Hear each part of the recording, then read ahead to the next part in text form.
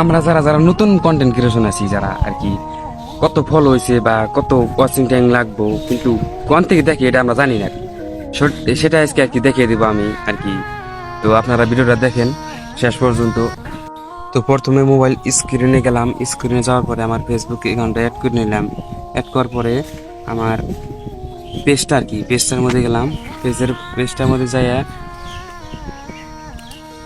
আবার পেজটার মধ্যে যাওয়ার পরে তো এখানে আছে থ্রি ডটে আছে না, থ্রি ডটে ক্লিক করবেন।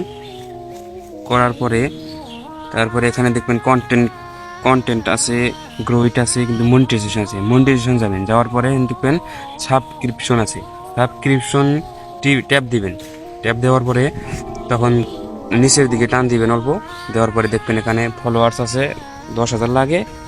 আর এখানে আছে আপনার your post happen last day, এত এজেন্টমেন্ট আর কি, কত আর কম আর কি এজেন্টমেন্ট আছে আপনার, সেটাই হয়েছে। আর এখানে ওয়াচ টাইম আর কি কত লাগে, 180,000।